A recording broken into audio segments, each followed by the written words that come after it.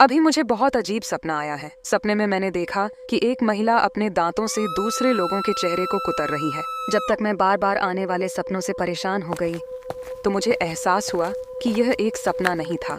जब मैंने अपना दिमाग ठीक किया तो मुझे एहसास हुआ मैं एक कालकोठरी में थी और मेरे आसपास कुछ लोग थे जिनके चेहरे की चमड़ी गायब थी और वे भयानक लग रहे थे। उन सभी की आंखें भी गायब थीं और वे फर्श पर लेटे हुए लगातार कराह रहे थे। किसी के शरीर के कई हिस्सों पर गंभीर रूप से निशान पड़ गए थे, जैसे कि भुजाएं, जांघें आदि। और मैंने उस भयानक दृश्य को देखकर चीखने की कोशिश की, लेकिन किसी कारण से मेरी आवाज बाहर नहीं आ सकी। मेरे शरीर में बिल्कुल भी एनर्जी नहीं थी। मैं बस अपनी आंखें घुमा सकती थी। मैंने मुश्किल से कांपते हाथों से अपना चेहरा छुआ और अपने शरीर को देखा। सौभाग्य से मेरी स्किन अभी भी ठीक थी। थोड़ी देर बाद मुझे दालान में किसी की आवाज सुनाई दी। कितने चेहरे बचे हैं मेरे खाने के लिए? अरे नहीं, कुछ ही लोग बचे हैं।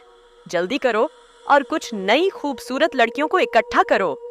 मैंने किसी को आवाज के साथ करीब आते हुए सुना और मेरा दिल पागलों की तरह धड़कने लगा। मेरे अलावा वहां लगभग 3 और लोग थे जिनके चेहरे को अभी कोई नुकसान नहीं हुआ था और वे सभी अपना चेहरा पकड़कर रो रहे थे। तभी एक महिला और उसके 2 तगड़े बॉडीगार्ड्स ने दरवाजा खोला और अंदर आए।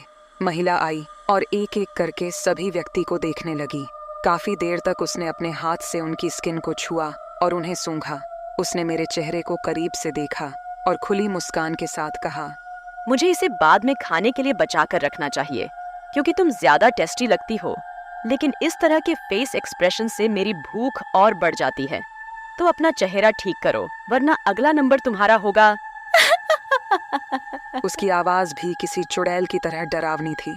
वह हम चारों को घंटों तक परेशान करती रही और आखिरकार एक महिला के करीब गई और उसके चेहरे को काट लिया। वह बहुत जोर से चिल्लाई, लेकिन जो कुछ बाहर आया वह सिर्फ एक कमजोर आवाज थी।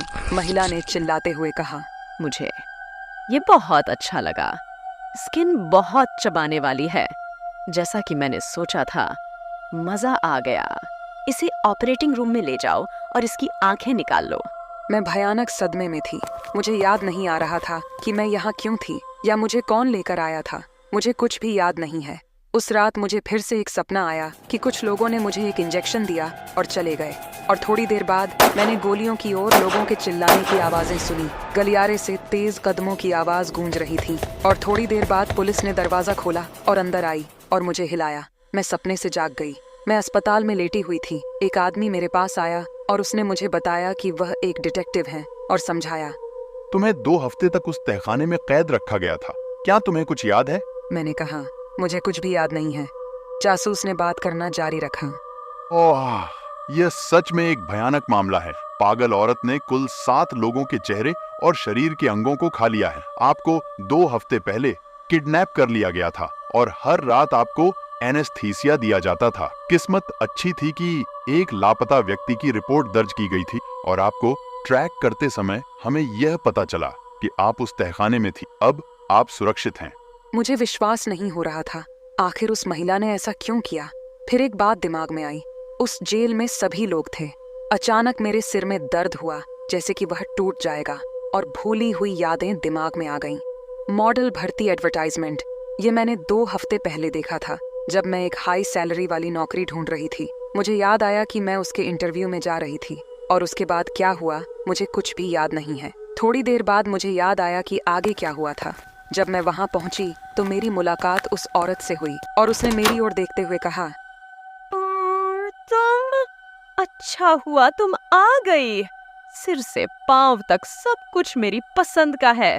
मैं हड्डियों को छोड़कर सब कुछ खा लूंगी।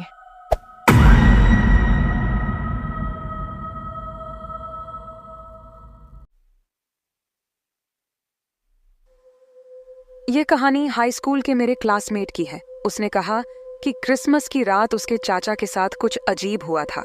उसके चाचा एक डिस्पैचर हैं और उन्होंने ही इस अजीब दुर्घटना के लिए कॉल का जवाब दिया था। उन्होंने कहा कि शाम के 5 बजे उन्हें एक अजीब फोन आया था। उस आदमी की आवाज ऐसी लग रही थी जैसे वह लगभग 30 साल के आसपास का था। उस आदमी ने कहा, क्या आप मेरा फोन लोकेट कर सकते हैं? मैं 2 शहरों के बीच के जंगल में कहीं खो गया हूँ और एक दुर्घटना का शिकार हो गया हूँ। उसके चाचा ने पूछा कि आपने आखिरी बार कौन सी बिल्डिंग या लैंडमार्क देखा था सर?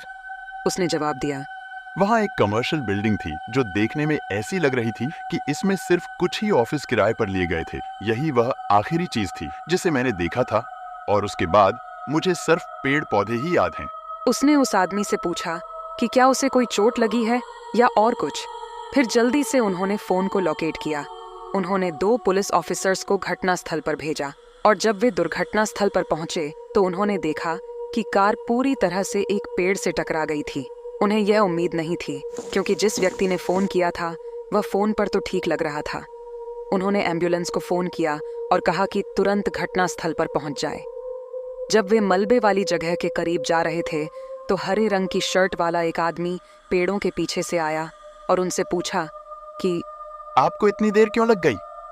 पुलिसकर्मी ने उसे बताया कि ऑफिस में बिजी थे, क्योंकि आज बहुत सी दुर्घटनाएं घटी हैं। वह आदमी केवल उदास होकर मुस्कुराया। उन्होंने उस आदमी को एक जगह पर बैठने के लिए कहा, क्योंकि डॉक्टर जल्द ही आते ही होंगे। पुलिस ने डैमेज्ड कार की सभी तरफ से तस्वीरें लीं। एक तस्वीर में हरे रंग की शर्ट वाला आदमी था। पुलिस द्वारा फोटो खींचने के बाद वह व्यक्ति उदास होकर अपनी कार को घूरता हुआ अपनी कार के पास चला गया। पुलिस ने देखा कि कार पूरी तरह से क्षतिग्रस्त हो गई थी, लेकिन उस व्यक्ति को एक खरोंच तक नहीं आई। उनमें से एक पुलिसकर्मी ने उस आदमी को एक जगह पर बैठने के लिए कहा, क्योंकि एम्बुलेंस नजदीक थी और उन्हें उससे पूछताछ करने की भी जरूरत थी। लेकिन जब उसने अपना सिर घुमाया तो उसे पुलिस कार की चमकती रोशनी के अलावा कुछ भी नहीं दिखाई दिया। उसने अन्य पुलिसकर्मी से पूछा कि ग्रीन शर्ट वाला आदमी कहाँ चला गया है, और दूसरे पुलिसकर्मी ने कहा कि उसने उस आदमी को कार के पीछे चलते देखा था। उन्होंने उस आदमी को हर जगह खोजा, लेकिन कुछ नहीं मिला। दूसरे पुलिसकर्मी ने उससे कहा कि वह उसने आने के बाद ही उस आदमी को समझाया था कि वह बैठ जाए और चिकित्सक जल्द ही आ जाएंगे, क्योंकि यह उसके लिए बहुत खतरनाक हो सकता है। लेकिन हरे रंग की शर्ट वाला व्यक्ति चेहरे पर शून्य भाव के साथ उसे देखता रहा। कार पूरी तरह से क्षतिग्रस्त हो गई थी। कार को आगे बढ़ाने में मदद पाने के लिए उन्हें और ज्यादा आपातकालीन कर्मचारियों को बुलाना पड़ा, और कुछ मिनटों के बाद जब ज्यादा आपातकालीन लोग मदद के लिए पहुंचे तो उन्होंने कार को आगे बढ़ाया, और जो देखा उससे वे पूरी तरह से चौंक गए। हरे रंग की शर्ट वाला आदमी स्टीयरिंग व्हील के नीचे फंसा हुआ था। 2 पुलिसकर्मी हक्के बक्के रह गए, क्योंकि जब वे पहली बार वहां पहुंचे तो उन्होंने उस आदमी को पेड़ के पीछे से निकलते हुए देखा था, और वह कार में नहीं घुस सकता था। लेकिन अगर उसने ऐसा किया होता तो उन्हें जरूर पता चलता, क्योंकि दरवाजा बंद था और उसे खोलने पर आवाजें आती। उन्होंने फोटो की जांच की और पाया कि हरी शर्ट वाला आदमी वही आदमी था जो स्टीयरिंग व्हील के नीचे था। हालांकि उस आदमी की तस्वीर धुंधली थी, उन्हें यकीन था कि यह वही आदमी था जो दुर्घटना में था। उन्होंने जांच की और पता चला कि वह आदमी तेजी से गाड़ी चला रहा था, क्योंकि उस रात उसकी पत्नी बच्चे को जन्म देने वाली थी।